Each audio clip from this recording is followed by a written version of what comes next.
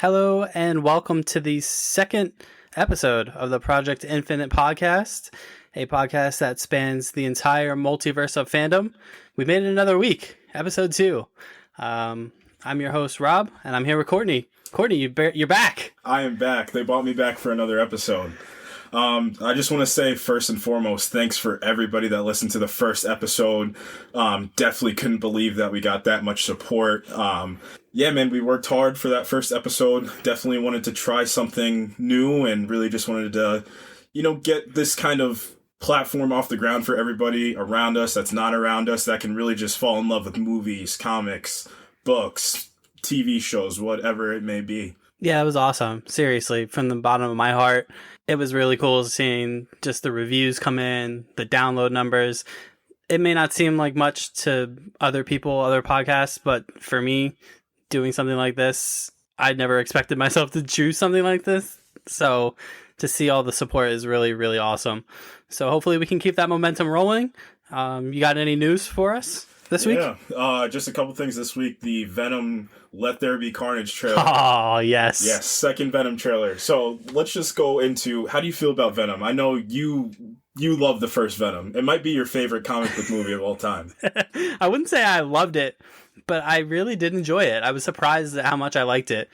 The Sony Spider-Man universe films have kind of a checkered history. And then when they said they're doing a Venom movie, I was like, ugh. But I was pleasantly surprised by it. I thought it was a little slow for like the first half hour, but then after Tom Hardy's Eddie Brock gets attached to the symbiote, I think it becomes a really fun movie.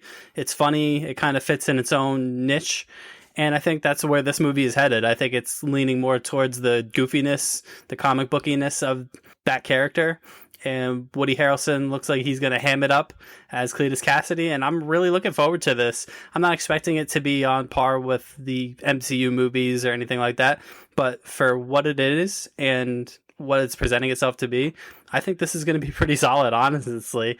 And as long as they can share up that final fight scene, because we know it's going to be 2 CGI goo monsters slugging it out again, like the last one. So you mean Tom Hardy and Woody Harrelson aren't just going to slapbox each other in the middle of the studio? I mean, we got a little bit of that in the trailer, right? When Venom kind of is like, crap, like he's a bigger, meaner version of me, and he kind of he shells himself away. So I don't know. I think they're going to try some interesting stuff with this. I know Tom Hardy kind of low-key loves this character and stuff, of all the stuff that he filmed. So I'm excited for it. I don't know. It's a guilty pleasure, I guess, of mine, you could say. Yeah, this film is interesting. Like you said, this was kind of the first big non-hero film that we got, and whether it be Marvel, DC, outside of Joker, because this came out before that. It's definitely something that I grew on a little bit more. See, you're coming around. Yeah, I did not love the Venom movie when it came out, and then over time, I kind of eased back, kind of just understood that this is more just for fun. Definitely didn't love what they did with the villain, but like you said, having Woody Harrelson here now, just kind of hamming up the scene, I think it's going to work well.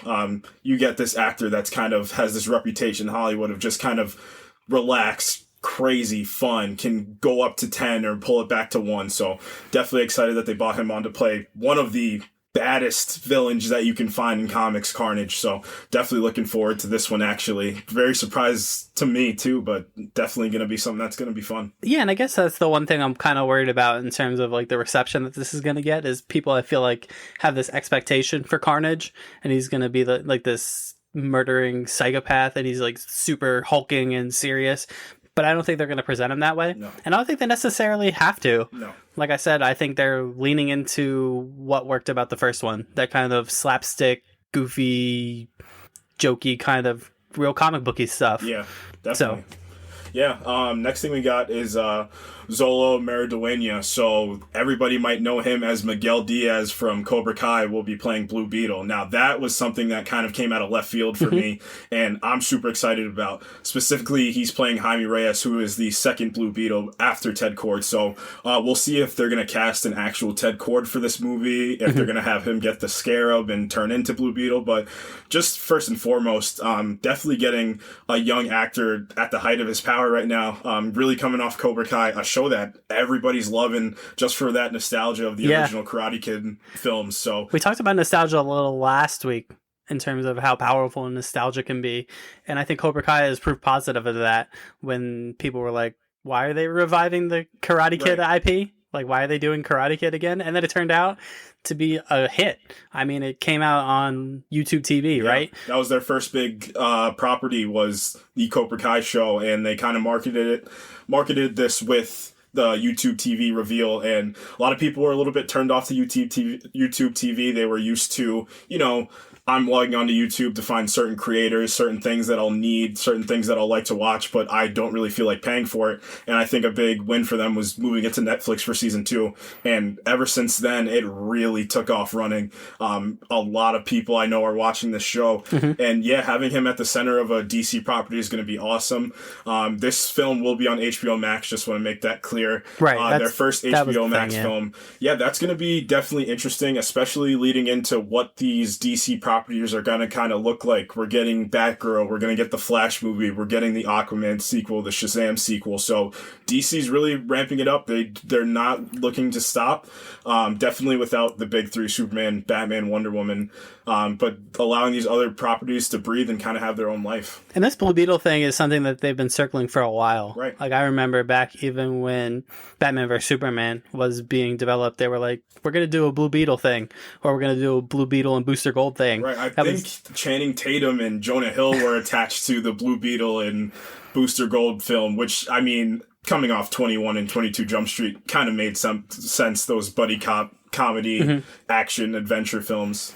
Yeah, so this is a character that they've been circling for a while, and it seems like they're finally ready to pull the trigger on it, and I'm excited to see what they do with it.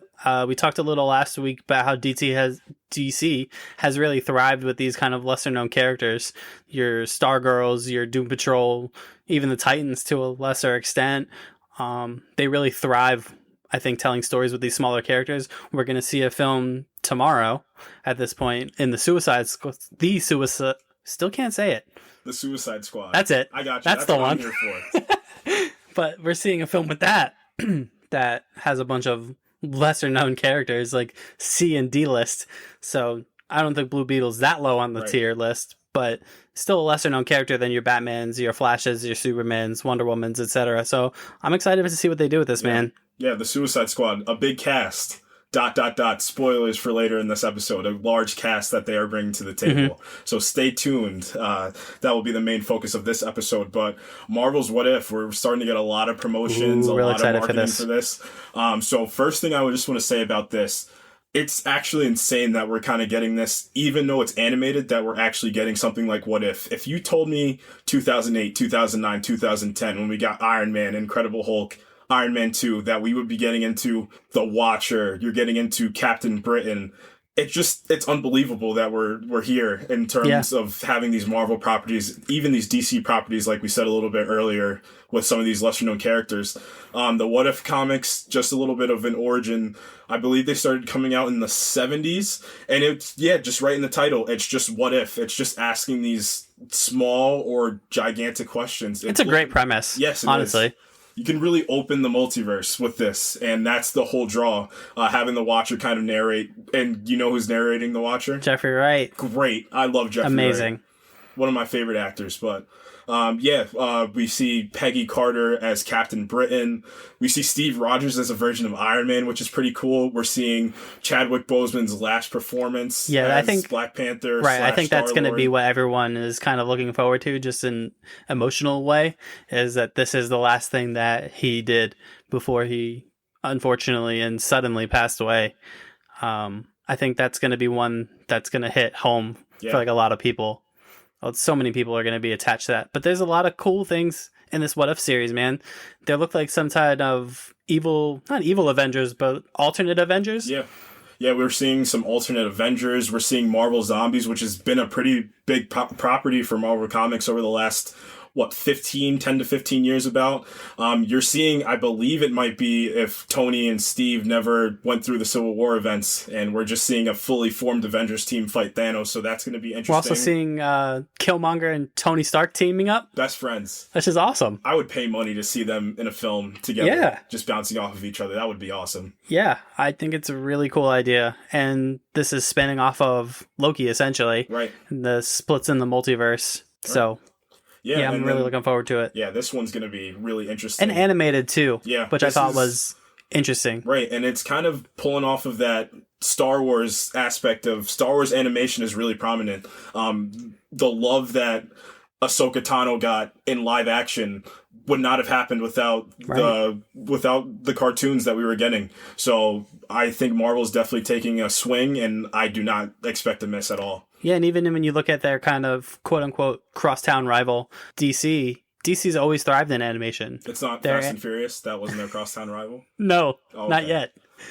Fast and Furious is coming, though. Yeah, they are. Fast and Furious Extended Universe. But no, DC has always really thrived with their animated stuff. You go back to Batman the Animated Series, Superman the Animated Series, Justice League Unlimited, Teen Titans, Young Justice, not to mention the plethora of amazing movies that DC Animation has pumped out over time. So Marvel kind of throwing their hat in the ring as far as animation. I mean, they've done animated things, but I don't think the Marvel animated stuff has really held up against the DC stuff. No. Maybe with the exception of the Spider-Man cartoon, like in the late '90s, early 2000s. But that's the X-Men animated series. Yeah, of course. But yeah, I think it's cool. I think the animation style is really slick looking. You could definitely tell it's an expensive animation. Oh yeah. And the amount of dollars that they probably threw out to get some of these voice actors who are the regular actors giving their voices, with the exception of some. But for the most part, yeah, they got a lot of their regular actors back to voice their characters. Right. And yeah, just the last bit of news I got is just Lord of the Rings. A series on Amazon Prime. We have one photo from this. It's very Lord of the Rings. Yes, it is. Very Lord of the Rings. But yeah, season 1 has wrapped filming. How do you feel about a new Lord of the Rings series? That's something that I definitely did not expect us to get. Yeah, I mean, I kind of thought after the Hobbit trilogy wrapped up in 2014 that we were kind of done with Lord of the Rings. Like, what other kind of stories there were to tell? We did the main trilogy. We did Lord of the Rings. We did Two Towers. We did Return of the King. Then we went back in time, did The Hobbit, split that into 3 movies, which I was not a fan of, really. And then they announced this, and they're attaching it with Amazon. Big bucks behind this series. It shows. And I think they're going to try to slide in that lane that Game of Thrones kind of left open. Yeah, I think that's what they're trying to do. Right. And it's funny you said Game of Thrones, and I kind of want to retract my statement a little bit about being surprised. I really shouldn't, because if you look at the last couple of years, we just talked about Cobra Kai, same thing. All these older properties are coming back. We might get Tobey Maguire in the new Spider-Man film. We're getting this new Lord of the Rings. We're getting Cobra Kai revived 30 plus years later. You're seeing all these old properties kind of get some... just kind of getting their second legs. Yeah, Top Gun. We're doing Top Gun again. Oh, I can't wait for that Top Gun movie. That looks like it's shot phenomenally. So, yeah. But yeah, Lord of the Rings, man, it's huge. Yeah, I can't underscore how big Lord of the Rings was when it first came out. Another giant cast. ... Yeah. Spoilers. Big tease. But I kind of grew up on 2 main kind of properties. It was Star Wars when I was real young, and then in kind of my young adult years, it was Lord of the Rings. And I was blown away by it at the time. I think those first 3 movies still hold up. Yeah. Even in 2021, a lot of that stuff still holds up, which I'm excited to see what they do with this new series. And like I said, that first still image, you can't really gain a lot from it other than, looks like Lord of the Rings. Yeah, it does. It looks exactly the same, and they're covering untreaded ground as far as what the films have covered. This is taking place in the Second Age, whereas the first 6 movies took place in the Third Age, kind of after the destruction of Sauron and Bilbo and Frodo and that whole cast of characters that we all know and love. This is taking place before that, so thousands of years before that. So I'm expecting to see a lot of the stuff with elves and men and dwarves and kind of leading up to what I would assume to be the forging of the Rings of Power is what I think this whole thing will ultimately culminate in, because ultimately that's what prequel series are for. Right. Setting up that thing that we already have. Yeah, the prequel to Bright. So I'm super excited about that. That's my shameless Bright plug for this episode. Nobody needs to be reminded of that. Oh, God. All right, moving on. So yeah, we talked about these exceptional casts in the Suicide Squad and the Lord of the Rings. So I thought a great topic for this week, in lieu of a Suicide Squad preview that I kind of promised last week. We don't really need to do that, honestly. We might touch upon it at the end of the episode, but I thought it would be a great idea to talk about best ensemble casts in not just superhero movies or fandom movies, but cinema in general. I know this is kind of like your wheelhouse, is like cinema on a greater scale. Right. So I just wanted to give us the opportunity to kind of branch outside of the superhero, sci-fi, fandomness, and kind of branch out into more cinema-based stuff. So you can kick us off if you want. Yeah, and what's crazy about ensemble casts is, if you want to talk about Hollywood, you're talking about heavy hitters just left, right, up, down. They're all around you.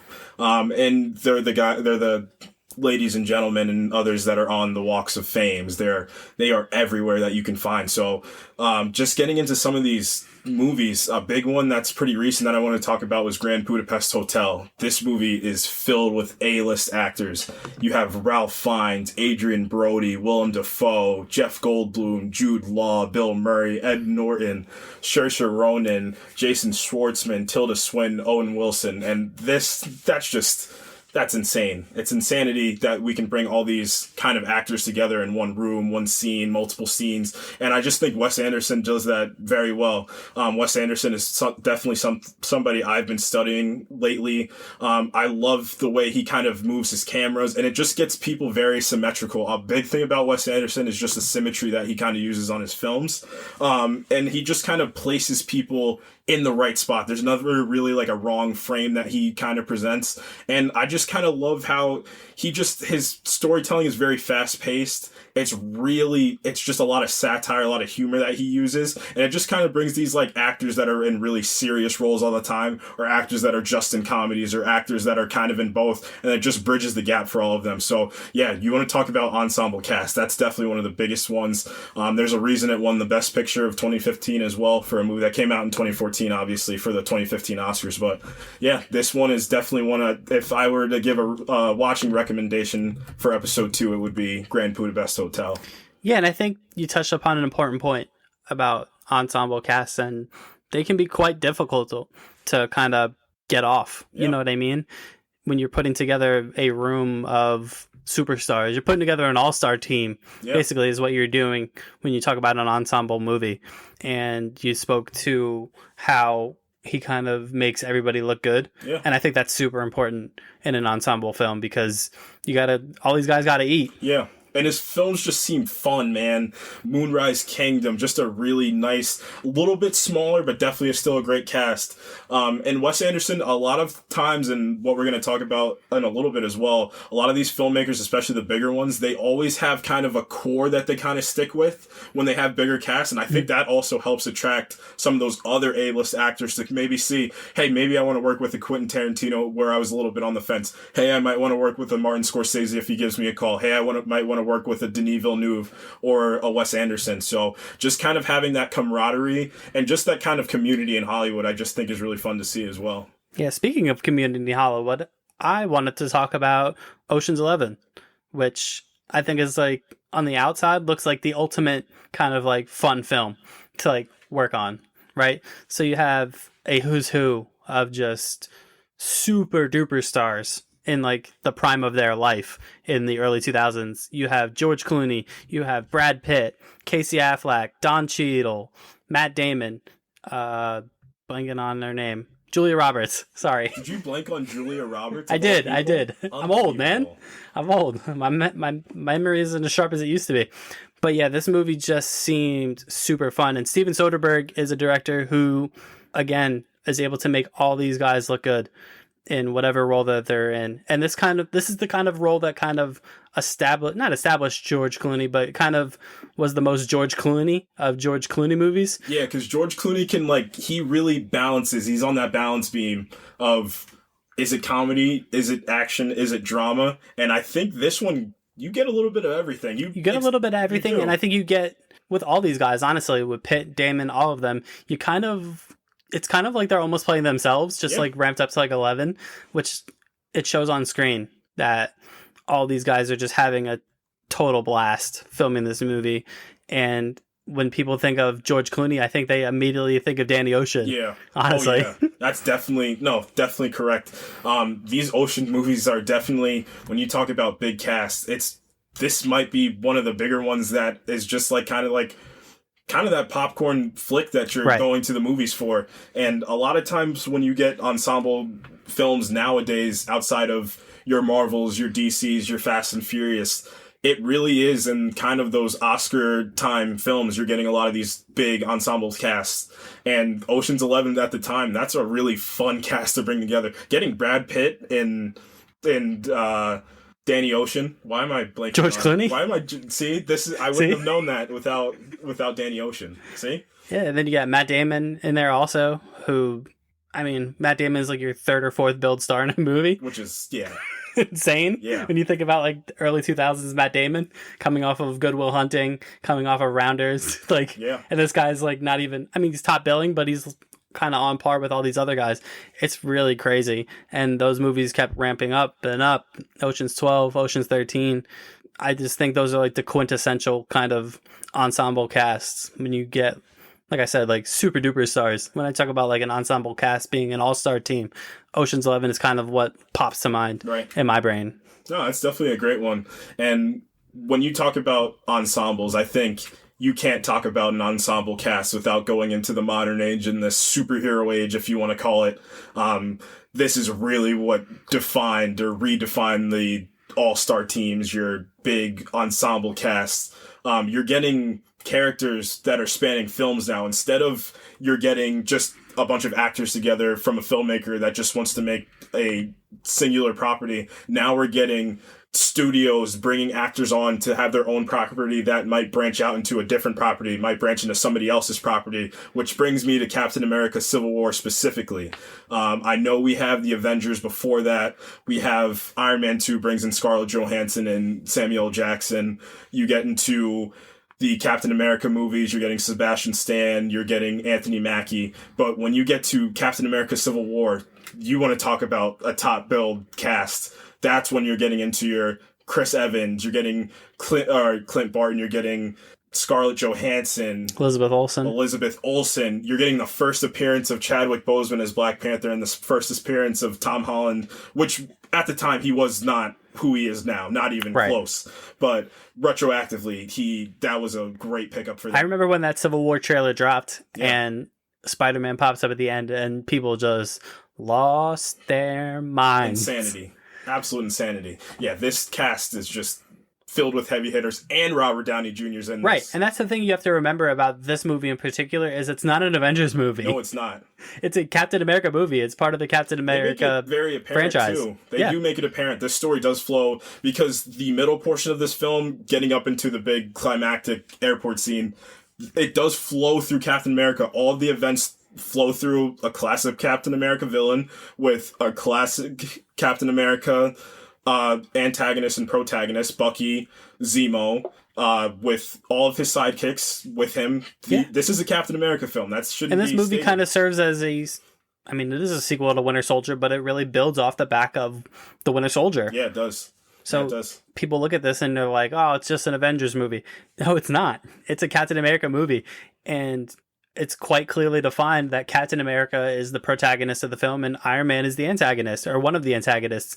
He's like the tertiary antagonist of the film, whereas Daniel Bruhl's Baron Zemo is the big bad. Yeah. That in a deviation from all the other Marvel films, they never properly fight the big bad. No, they don't. And I think that played really well in this film too. I just love that that dialogue that he had with Chadwick Boseman in that last scene where he tells him his father gave birth to a beautiful son, and that he told him about the cell phone call that he received from his wife right before Sokovia was decimated. Just those little moments. And that's just a big part of these big ensemble casts is you can't outrun the story. That's the number one thing that I think everybody should take if you want to get into film is story is king. That's the number one most important thing. And that's just a great storytelling piece is really slowing it down and just getting really emotional and just getting into that human nature of why Zemo did what he did.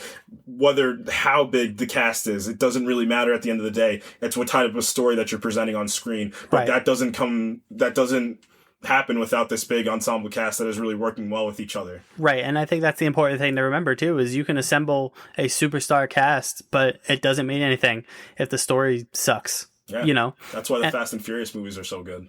Listen, sidebar. I'm going to sidebar real quick since we're talking about ensemble casts, and I'm going to talk about the Fast and Furious, all right? Because I don't think it gets enough credit for what it did as far as rebooting itself into like a cinematic universe. Yeah, it did. Because it started with like the first three, right? And one out of those three is any good. It's the first one. The first one is good. Too Fast, Too Furious is not good. Tokyo Drift is not that good. You don't like Afro Ludacris? No, I don't like Afro Ludacris at all. But then you get to the fourth one, which is just called The Fast and the Furious, and you're like, oh, okay, this thing is kind of rebooting itself. Okay, and then you get to Fast 5. Which, admittedly, I believe is the best Fast and Furious movie. Okay. That's me personally. No, that's fine. That's a good one. Fast and Furious movie. I think it's the most... That's when you bring in Dwayne "The Rock" Johnson as a villain, quote unquote villain. He's the side villain. He's just an antagonist that will become a protagonist, which has kind of become the staple of these movies, right? Yeah. Where the main villain isn't really the main villain, and then the villain and Vin Diesel's team up at the end. That's usually what happens with these newer ones. It happened with The Rock's character Hobbs. It happened with Jason Statham's character. Yeah. It happened, and then it happened in this last one. Yeah. Spoilers for Fast 9. John Cena's character ends up teaming up with Vin Diesel's team at the end. So they kind of build upon each other. But Furious 7, man, kind of brings it all together. It's like the Avengers of Fast and Furious. Yeah. You got the original crew, Paul Walker in his last appearance before he passed away. You got Vin Diesel, Tyrese, Ludacris, Michelle Rodriguez, Jordana Brewster, The Rock, Jason Statham, Luke Evans. They're all in this movie. It's crazy. Yeah, you know what's funny? In my notes here, I split it for non-fandom films and fandom films, and when I was going to type Fast and Furious in non-fandom films, I said to myself, this does not feel right. This is a fandom property. It is. Now. It is. It is, 100% is. It's a goofy, crazy universe, and you're either all in or you're all out. We've got to the point where I feel like Loki and Sylvie in the Loki series breaking the multiverse wide open is more believable than Vin Diesel driving his car into a ledge and flying and catching Letty. That's where we're at with the Fast and Furious movies, and I couldn't be happier. Oh my god, it's so ridiculous. The stuff that he does in this last movie is just absolutely absurd. But yeah, we talked too much about Fast and Furious. We did. So I'm going to kind of piggyback off your Civil War, and I'm going to raise you an Infinity War. That's a tough raise. Oh man, I mean, what hasn't been said about this movie already, but strictly from a casting perspective, it's unlike anything in not just fandom movies, but cinema in general. Yeah. We've never seen anything like this. It's the casts, almost complete casts of, I'm not even going to count how many films, 10 years of films. Yeah. However many films are in that. We were around 20 films or more than 20 or 20 films at that point when we got to Infinity War. No films even get to 20 films in a single franchise. Give Fast and Furious some time. Nonetheless, puts the history of those 20 some odd films into one film. Yeah.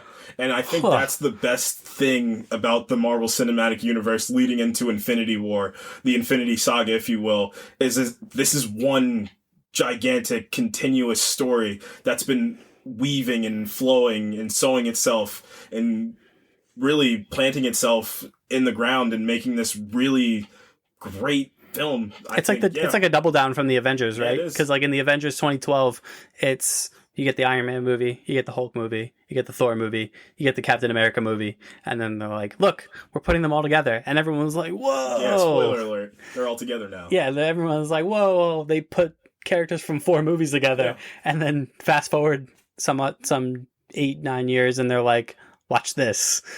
Yeah. Yeah, no, and... This is like the Avengers on steroids. It is, and the big part about this film specifically is bringing the Guardians of the Galaxy, a property that grew a massive fandom. It was separate from everything else. Yeah, it was separate. And that film was really getting, the Guardians of the Galaxy films specifically were really getting, they were getting really hot really fast. Everybody loved the Guardians of the Galaxy. I did. Yeah, and that's one of my favorite Marvel Cinematic Universe movies. It might be in my top 3. And yeah, that kind of balance... Funny that we talk about balance with Thanos being the main villain of the film, but yeah, it's all about balance, and I think a lot of that comes from your directors, specifically the Russo bros. They really knew how to handle, and I'm not just talking top A-list actors that had their own franchises in their own universe that came into the Marvel universe proper, in the bigger universe. They really... You're dealing with a lot of personalities from actors, too. A lot of people that... from their success from the MCU, bounce to just lesser films or smaller films or bigger films. Bigger being kind of tentative. But right. They really kind of knew how to just have everybody feel like a family almost. I think that's what I felt a lot from like... Did you say family? This is a Fast and Furious show, isn't it? Oh, I finally hooked you. 2 weeks in and I already got you. I already tipped my hand of what I wanted to start this podcast for. But no, Infinity War is... such just a brilliant achievement that I don't think a lot of people give it credit for as far as cinema. You know, they kind of look at these things as separate from movies. As if it's its own, the superhero, it's like action, adventure, drama, superhero as its own subgenre, which I disagree with personally. Yeah, because I'd challenge any of these other films to do what Infinity War did. Yeah. You're talking about action adventure, you're talking about drama. There are a lot of dark moments in Infinity War, a lot of sad, somber moments. You know, Endgame is kind of the cap of all this, but I think Infinity War is a superior film, and I don't think it's really that close, honestly, when you have to consider what that movie had to balance. Yeah, because it's the first time. I know they shot these movies back-to-back / simultaneous. I think some scenes overlapped, but for the majority, it was back-to-back because it was a year exact. I think a couple days difference, but a year apart, essentially. So bringing on all these personalities, like I said, from Civil War, that you're bringing on Benedict Cumberbatch on top of that. You're getting Paul Rudd. You're just getting a lot of fan-favorite actors that are acting in a bunch of movies that people are seeing to be your main heroes, and a lot of them get a lot more star power in an Endgame, and some get more in Infinity War. But as a whole of 2 films, just having all those actors together, it's surreal almost. It's super surreal, and it's awesome because they give us these weird, wacky team ups. Yeah. Like they give us Thor with the Guardians of the Galaxy, and him and Rocket and Groot kind of form this kind of triumvirate of camaraderie. You know what I mean? Which is really cool. You get Steve Rogers and T'Challa fighting side by side. One of my favorite moments in the entire MCU. Just their run up to go fight to fight Thanos' minions was amazing. That whole Wakanda sequence, and that builds off of the success of Black Panther wholeheartedly. Just knowing that they knew, as much as we talk about Guardians of the Galaxy kind of being kind of like one of the stepping stones to Infinity War, Black Panther definitely deserves some credit, because if Black Panther was not as successful as Guardians of the Galaxy, I guarantee you that last battle would not have taken place in Wakanda. They would have found another place for that to take place. So yeah. And it gives us Tony Stark and Doctor Strange right off the bat, pretty much, of that movie. The variant Sherlock Holmes. Who's the real Sherlock Holmes and who's the variant Sherlock Holmes? But it's like they have this kind of like pretentious dick off where they're like, you're a dick, and they're like, no, you're a dick, and they're just like arguing back and forth, and they have some really great moments with each other. Then you get like the leaders, quote unquote, of the teams, when you get Tony Stark and Star-Lord going at each other, and kind of like how their brains work as far as like the leaders of their respective teams. When everything Star-Lord says in his brain makes sense, but to Tony Stark, he sounds like a total idiot. Yeah. Where, like, you see, like, the freewheeling nature of the Guardians versus, like, the more calculated kind of plan-oriented stuff that Tony deals with in the Avengers. And I think all that stuff is really cool. Like, just seeing all those heroes, like I said, over the last 10 years of movies just team up. And I don't think we say enough about Josh Brolin as Thanos. No. He really is the modern day Darth Vader. That's, I think, the most accurate representation. It's just down to jokes, just down to everyday quotes that people make. A lot of them are Thanos' quotes, and that comes from writing, obviously, but Josh Brolin definitely delivered. And you want to talk about having a big cast? If your villain doesn't hold up against the big cast, then what's really the point? Every big cast should have a memorable antagonist, and Josh Brolin is the antagonist to end all antagonists of our generation, I believe. I agree. Yeah. So what other films do you have in your mind? That's not Fast and Furious, because this will very quickly turn into Well, I wanted to kind of jump back over and talk about Knives Out, right? So this is like a modern day kind of example of a great ensemble cast. So you get Daniel Craig in his James Bond, right? Like our James Bond, essentially. Yeah. You got Chris Evans, fresh off of the Marvel stuff. This is really like one of the first things he did. Yeah. Kind of not post Marvel, because Endgame still had to come, but kind of back to his like roots is like this kind of sleazy, sly, cunning, real prick. Yeah. Which is fun to see Chris Evans dive back into that. You got Jamie Lee Curtis. Oh yeah. Legend, living legend. Michael Shannon from, Man of Steel fame. Shameless Man of Steel plug. It was gonna get in one of these episodes. You got Lakeith Stanfield, who's a bona fide star now. He's going to turn into one of the, if not he already being one of the bigger stars in Hollywood. You got Don Johnson. Catherine Langford is in this, who's a great young actress who almost found her way into the MCU, or did find her way to the MCU, technically. Are you counting deleted scenes? Because she's in the MCU if you count deleted scenes. Yeah. I guess you could count it. I mean... Specifically for those who are confused, Tony Stark's daughter, she's just an older version of Morgan Stark. Yeah. So, and then you got Ryan Johnson, who in himself is like a big name. Yeah. Or infamous name, I guess, infamous, in certain circles. A better representation. I mean, you kind of are in a weird spot if you're Ryan Johnson. I think Ryan Johnson knew what he was doing with The Last Jedi. I think what we can say about The Last Jedi, if we're getting to this, it's one of the better shot Star Wars movies. It might be in the top 3 in terms of just the overall look of the movie. It's a very pretty looking film. I mean, you get Daisy Ridley back. You're getting why am I forgetting his name? Why am I forgetting... Who are we talking about here? Darth Vader Jr. Why am I forgetting his name? Luke Skywalker? Yeah, no. Not Luke Skywalker. Kylo Ren. Adam Driver. Why did I forget Adam Driver? I'm sorry, Adam Driver. I love you, man. Yeah, come on. Yeah, that's a big one. Sorry, guys. But no, Knives Out, it kind of just follows that same thing of needing to balance all the star power, especially, your Daniel Craigs and your Chris Evans, who kind of spearheaded their own franchises for a long time. Daniel Craig is still doing Bond movies. We got another one coming. We don't know if Chris Evans is done playing Captain America. He's seemingly done, but you never know. I kind of want to see him doing more stuff like this, though, honestly. Yeah. I think he's a very good actor, and you kind of get drawn into that MCU big Hollywood summer blockbuster mode for these films, and you kind of, those are, at the end of the day, you can turn your brain off and have fun. They do have, like I said, they do have a lot of emotion, a lot of great storytelling in them, but they, like I said, they are the bigger movies that you're going to see in the summer. So to kind of dial it back into Knives Out with I say a good director. I don't think Ryan Johnson's a bad director. Whatever you feel about The Last Jedi, but Looper. But yeah, this film is definitely, there's a lot of great shots, and I definitely do want to talk more about some cinematography as well, especially for this movie. There's a great shot at the end of the movie where Anne de Armas, another big actress, another big actress that is in this film, where she's walking, and it's handheld.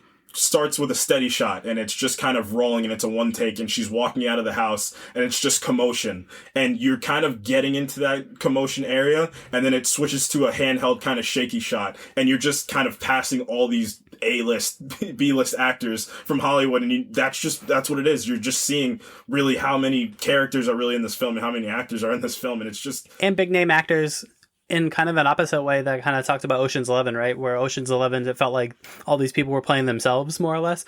Knives Out, these people are all playing characters, like cartoony, over-the-top characters in like a Clue kind of homage. Right.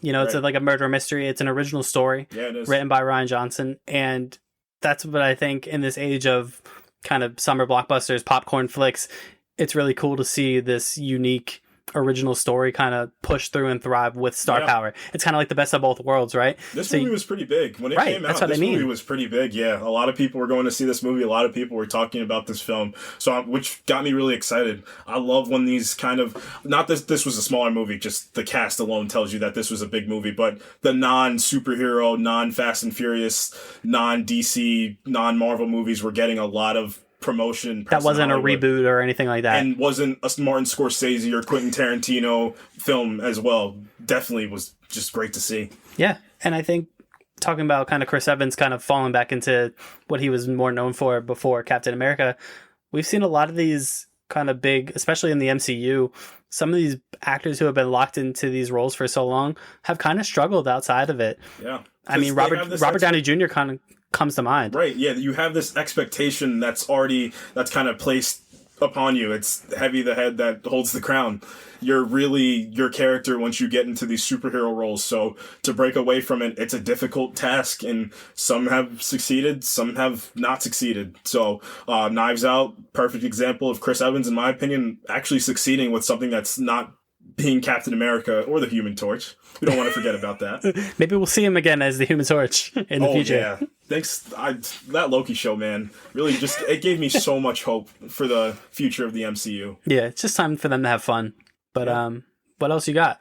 Yeah, if we're talking about actually, I want to just talk about just some directors that just balance these huge casts. I mean, go for it, man. I mean, Quentin Tarantino is definitely at the top of the list with Martin Scorsese. I mean, you're getting Once Upon a Time, Django Unchained, Pulp Fiction, and he really is he's crazy enough where all these actors are like, okay, I can let my crazy show. I can let my acting ability kind of run rampant, run off the rails. And he's one of those filmmakers where one thing I love about him, no film school. He was very adamant on, let me make my own films. Let me tell my own stories. And I think a lot of actors are attracted to that. And one thing about him that gets all these actors in his movies are he loves movies himself. I know a lot of directors love movies. I know Bong Joon-ho of Parasite fame, his Parasite, when he wakes up at 5, 6, I think I read, and he makes sure he watches one movie every day with a busy schedule of being a big-time director in Korea, in South Korea, and in the United States now, and around the world. So, like I said, for Quentin, it's just kind of knowing that you can let these actors be characters. You can let them be honestly themselves and have some fun and not be themselves if they want to.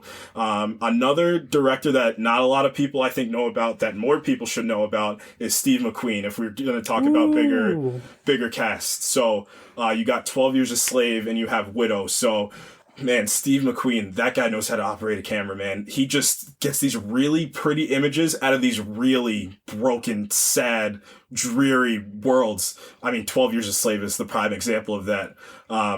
Just having these, you're getting Lupita Nyong'o, you're getting Chiwetel Ejiofor, you're getting Benedict Cumberbatch, just Michael Fassbender as well. That's a cast, man. A lot of awards came from that film, including best film at the Oscars, but man, he really knows how to kind of get people's worst out of them, if it makes sense. And does make sense. Yeah, and honestly, stuff that they don't want to do. I don't think a lot of them want to go around saying the things that they were saying in 12 Years a Slave. Widows has a really great scene where what it shows is that he can really get kind of those actors that are a little bit smaller. Like, I know Daniel Kaluuya was in Widows, and that's before Black Panther and Get Out. So it's kind of when he was like, I think this was around the Sicario days where he was in Hollywood. So Daniel Kaluuya was starting to make his push.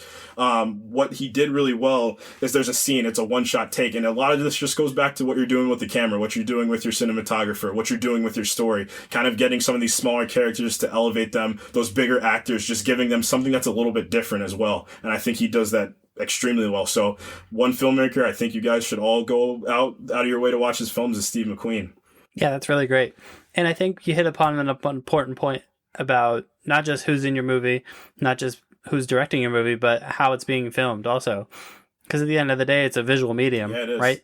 So you have to make this superstar cast look good. Yeah. You have to tell a story through your dialogue as well as through your presentation. Yeah. And I think that's super important. For some reason, when you were talking about kind of making things kind of not dirty, but making people do things that maybe are a little uncomfortable or making your film look a little grittier, for some reason, Mad Max Fury Road popped in my mind. Oh, yeah. No. You know, just like how they presented Charlize Theron in that movie as Furiosa. Yeah. Like, for some reason, like, as you were talking, like, that's what I was picturing. Yeah, and I think a lot of that comes with modern day sci-fi. I think modern day sci-fi should get a lot more kind of front face in Hollywood as well. It definitely does. I mean, Denis Villeneuve is your prime example of modern day sci-fi. I mean, the revitalization of Blade Runner mixed with, I mean, Dune's just, I believe that's going to take off. If you want to talk about ensemble casts that are coming up, I think my biggest two are French Dispatch from Wes Anderson. That film, if I was to go through that cast list, I'm talking possibly 15 to 20 A to B, like B to A list actors on that. But yeah, a lot of that sci-fi worlds, those bigger worlds, it's all about world building, all about your worlds, and you need to fill those worlds with somebody, and why not grab your A-list actors? And I think it's the confidence that these filmmakers have in themselves of knowing, I'm making great medium, I have to fill it with the top listed actors in Hollywood. I can't just grab whoever and just kind of make whatever. It's kind of that relationship that directors and writers have with their actors at the end of the day when they're on set or when they're off set. Yeah, and kind of piggybacking off your world building and filling people with that in that world, I got to talk about Lord of the Rings. Oh, yeah. Whew. When you talk about ensemble casts, when you talk about presenting every person in that ensemble as important and meaningful, it doesn't get much better than this franchise. These first three movies, specifically The Fellowship of the Ring, Two Towers, Return of the King, kind of features just this main core group. Your Elijah Wood as Frodo, Viggo Mortensen as Aragorn, Sean Bean as Boromir, Dominic Monaghan, Sean Astin, Ian McKellen, John Rhys Davies as Gimli, Orlando Bloom, who maybe at the time of that movie coming out was the biggest star as far as star power. Hollywood, yeah. And, you know, Legolas is a main character, but that movie's ultimately about Frodo, right? But what they do across these three films with that core group of characters, not to mention all the other people that they get in other movies. When you talk about Cate Blanchett as Galadriel, you talk about Christopher Lee as Saruman, like you're peppering in all these other really, really famous people. Yeah.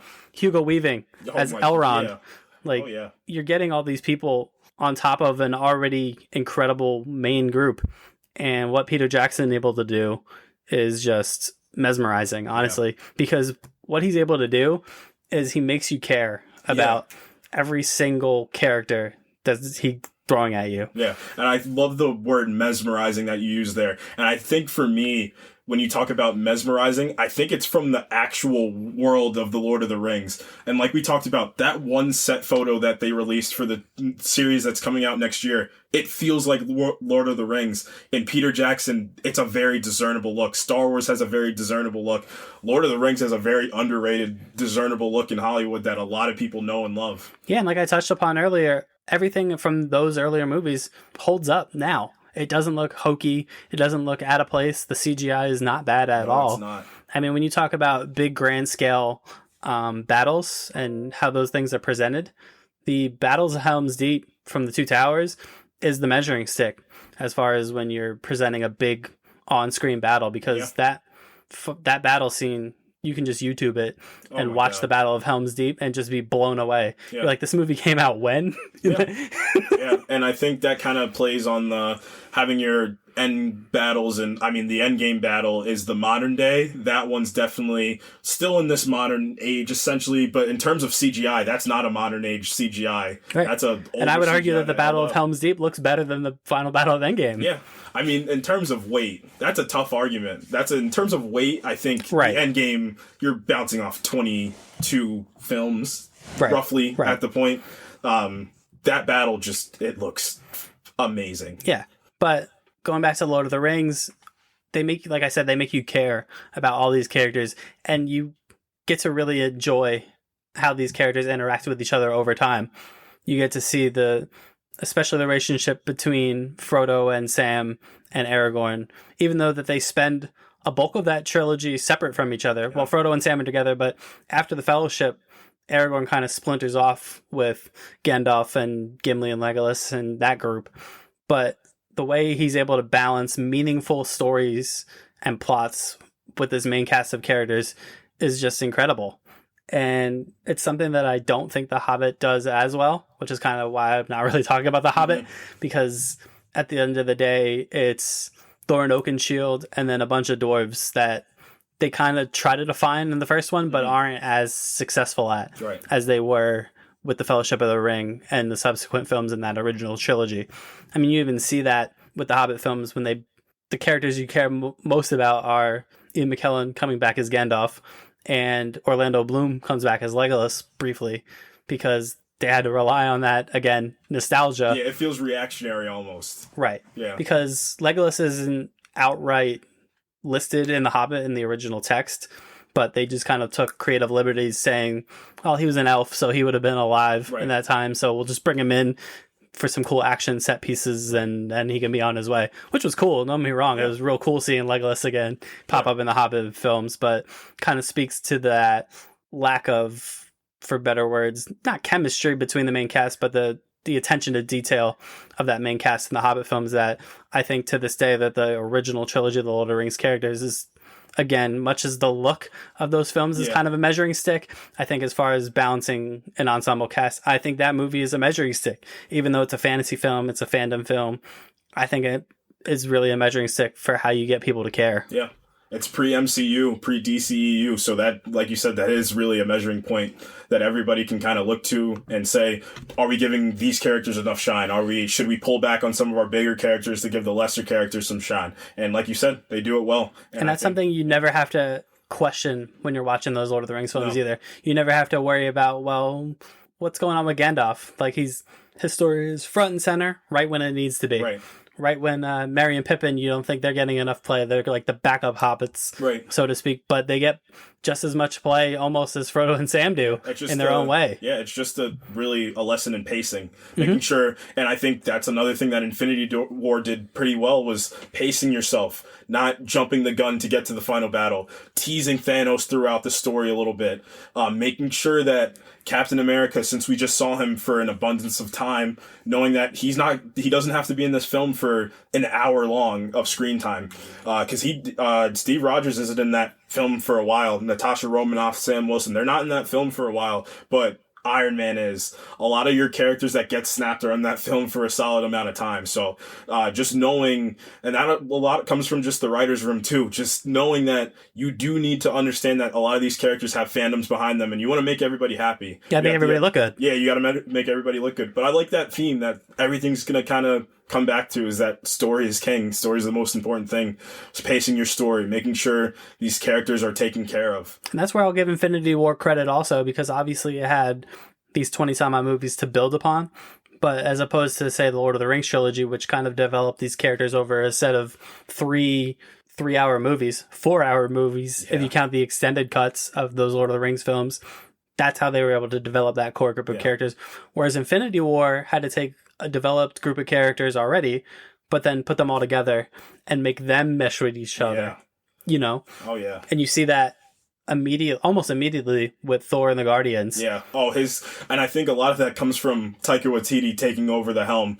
If you have the previous director, I don't think Thor's even remotely with the Guardians. I think you maybe throw him on Earth and have him fight with them and have somebody else go there. It's a great point. You got to think about how different that whole Thor thing can be. Yeah. And if you want to step back a minute and go back to studios, you're talking about different directors on each one of these films. You're talking about you're still getting the same Disney, you're still getting the same Kevin Feige, but you're getting different writers every single film. You're getting different writers different directors every single movie. I think one of my favorite bits from Infinity War was that directors roundtable. Oh yeah, that they did. Amazing. Remember that? Yeah. They had Favreau, they had Ryan Coogler, they had Taika there.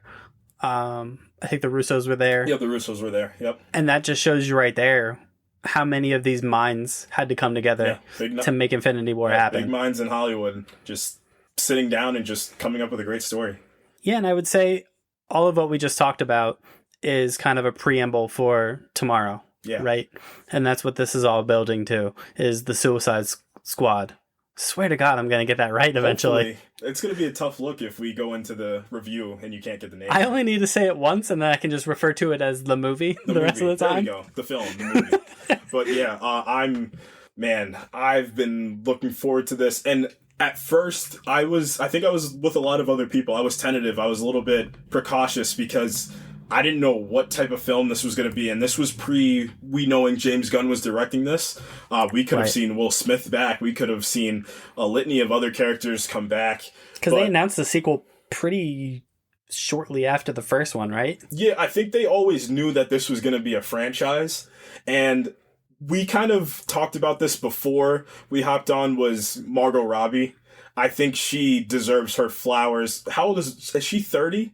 31, maybe? 31? She's my age. She's extra... She makes me feel real bad about myself of being 30 years old. She doesn't... I don't know if she has a podcast that talks about Fast and Furious, but... she could if she wanted one. Yeah, and people would listen. But no, this movie... And I just think this is just letting James Gunn run rampant and have a lot of power, man. And they caught him after he was let go, right? From Marvel? Yeah, it was in that weird space where Marvel didn't want to touch him for a second. They put him on timeout, essentially. That's how I'll say it. They and DC was like, oh. Yeah. And James Gunn's mind, and I love one of the taglines for the movie. I think it's like the horribly great mind of James Gunn. That's a perfect way to describe him, man. Obviously, your Disney properties are going to be a little bit more kid-friendly, but... This feels like him in his element. Yeah. And one thing that we're getting with this film is just no limits, man. Just no cap on this. They're saying full send. Just have the most gruesome, hardcore film that you can ask for out of a superhero genre film. And I called it a genre. I said I wouldn't do it, and I did it. But yeah, man, this cast too is just fantastic. Amazing. It's really the cornerstone of what we built this particular episode around, is that these great ensemble casts, and this is certainly one. Yeah. It holds up against most of these other films that we talked about, honestly. Cena, you're getting Sylvester Stallone as King Shark. I cannot wait for Sylvester Stallone. He's going to be like Shark. the Groot, right? Oh yeah, that's exactly what he is. Sure. Idris Elba's Bloodsport. Margot Robbie obviously coming back. Joel Kinnaman. This cast is big. Viola Davis, Oscar winner. Oscar winner. Viola Davis as Amanda Waller. Michael Rooker is in this. Pete Davidson is in this. Hopefully not for long. I don't think he's going to be in the film for long. Who is he playing? We don't even know, right? We know who he's playing. Who is he playing in this? He is playing Blackguard. Blackguard. What do you know about Blackguard? Listen, I want to think myself pretty proficient when it comes to some of these lesser-known comic book characters. I would not know who Blackguard was.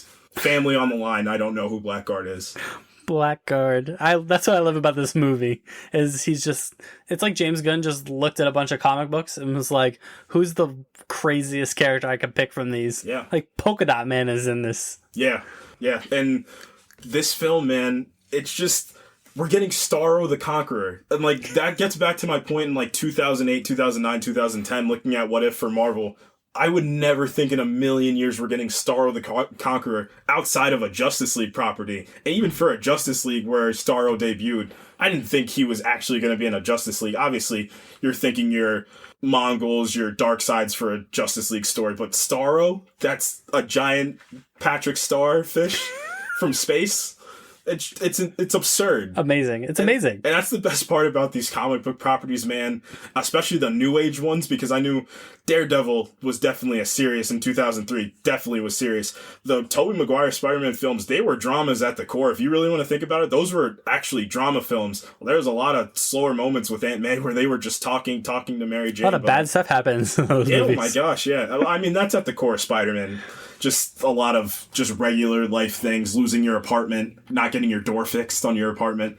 But now we're getting into this new age where, for Marvel, the multiverse is broken open from killing reincarnated scientists from the 31st century, and everybody's like, cool, makes sense. Yeah. Let's go. You know? Right. And seeing Peacemaker, Bloodsport, Javelin, Polka Dot Man. Javelin. I cannot be happier that this is the age we're living in. I hope for this movie that they kind of do justice for Captain Boomerang. Yeah. That they didn't do in the first one. Yeah. Like, give me some more wacky novelty boomerangs, man. That's a great point. I want to see an exploding boomerang. Give me a boomerang that just, I don't know, just reverses the world like in Superman 2. I don't know. Just give me the craziness. Yeah, give me trick things. I'm a sucker for trick things. Yeah. Like, I wish Hawkeye had more trick stuff in the Avengers. Yeah. Hopefully we will see some more. Talking about Hawkeye, that's a show I'm definitely looking forward to, especially, so spoilers for Black Widow if you didn't see it yet. Turn off your ears for about 10 seconds. Okay. Yelena Belova is going to be in the Hawkeye show as well. And yeah, hopefully with Haley Steinfeld. So in the last report I think I saw, I'm pretty sure she's being marketed as an annoying Hawkeye fangirl, and I wouldn't expect anything different. I think that's actually kind of cool to have, like, you know, Hawkeye. He's not Thor or Iron Man or Captain America. He's Hawkeye. So I don't think as many people would have like full basement shrines to Hawkeye, but this girl potentially does. She picked up a bow and arrow, got inspired by him. So her actually meeting her idol, that's pretty cool. And we're going off the Matt Fraction run, which won the Eisner Award, I believe, which is basically you getting the Academy Award for movies, for comic books. So yeah, this show is going to be amazing. Haley I'm really Steinfeld, looking forward to that. Yeah, she's an absolute star, and she will just continue to grow in Hollywood. Yeah, Marvel kind of does this cool thing where they're like, they get people right at the right time. Yeah, they do. Jonathan Majors is probably the prime example of the new age getting somebody at the right time, right off Lovecraft Country and the Five Bloods. Jonathan Majors, he's gonna, when I talk about Haley Steinfeld being a star, especially him playing possibly the new Thanos, Jonathan Majors, I mean, Florence Pugh too. Florence Pugh, yeah, definitely another great example. Yep, coming off Little Women and Midsommar. Yeah, she's just these gigantic stars that we're working with. Yeah, and I'm excited for just new stuff, man. Yeah. I mean, that was kind of the through line of last week, was just, we looked a lot at the past in order to look at the future. Yeah. In a way, because I think both Marvel and DC are doing some really cool things right now, and you couldn't have said that 5, 6, 7 years ago. No. It was really Marvel's world and we were all living in it. Yeah. But now you're even seeing other kind of properties come out. Yeah. You're talking about The Boys. Talk about Invincible. Academy. That's another big one, yeah. And just these smaller comic book properties that, like I said, I never thought we would get Blue Beetle or anybody like that. Now you're telling me we're Polka getting Dot Man. Polka Dot Man. Now we're getting Polka Dot Man is in a movie. Yeah. Now we're getting Invincible. It's just it's awesome, man. This is great. It's a great time to be in the fandom world, in the multiverse of fandom. Yeah, I totally agree with you. And I think that's gonna pretty much wrap it up for us. So let us know if you guys have any other ensemble casts that we didn't touch upon, because obviously we didn't talk about all of them, because How could you? So if you got ones that you want to talk about, shoot us an email, projectinfinitepod@gmail.com. We'll be happy to look at some emails, read some out on subsequent episodes. I'd love to talk with people and kind of get other people's thoughts, because our voices are not the only ones that matter. Yeah. And I think that's the best thing about this is, like we said in episode 1, we want this to be a big community where we can just talk fandom, talk non-fandom. Like I said, this is just films, TVs, comic books, regular books. Whatever the people want to talk about, that's what we'll talk about. Yeah. Like I said, we're the ones with the microphones, but everybody has a voice, I think, is what we kind of want to shoot for. Yeah. Yeah. So yeah, man, Task Force X, spoilers and a little bit of a tease for the next episode. Next time you'll hear from us, we'll be fresh Suicide Squad's in our brain. Yeah, so we are going to see Suicide Squad, and then we are going to record our thoughts and kind of a full review. I think we'll break it up into like kind of general thoughts and then kind of hard break and then go into spoilers. Yeah.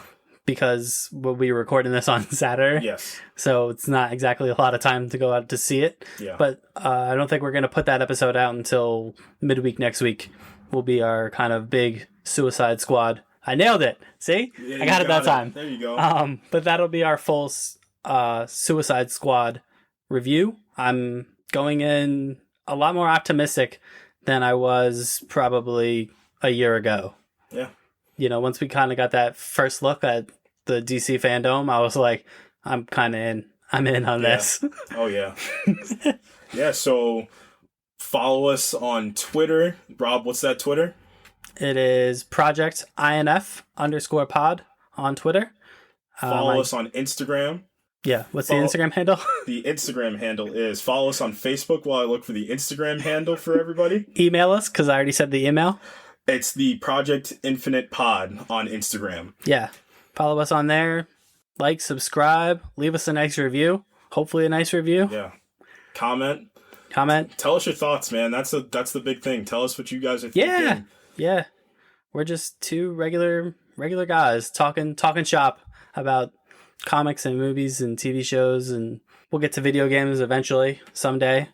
Yeah. I think that just about wraps us up. Like I said, next week we will have our Suicide Squad review out. And until next time, give us something. Yeah, man. Read more, write more, live more. That's all I got. The King Shark of the podcast, everybody. King Shark of the podcast. He's the King Shark. Do I get a different character every time we end? I'm going to try to come up with one. Yeah, because last week I was Stargirl and now I'm King Shark. Yeah. I'm on a good run. So we are signing off. Until next week, goodbye.